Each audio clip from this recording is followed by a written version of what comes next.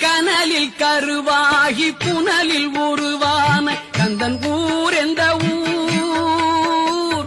கனலில் கருவாகி புனலில் உருவான கந்தன் ஊர் எந்த ஊர்? கணமும் மறவாமல் தினமும் நினைக்கின்ற மனிதர்களின் சிந்தையூர்.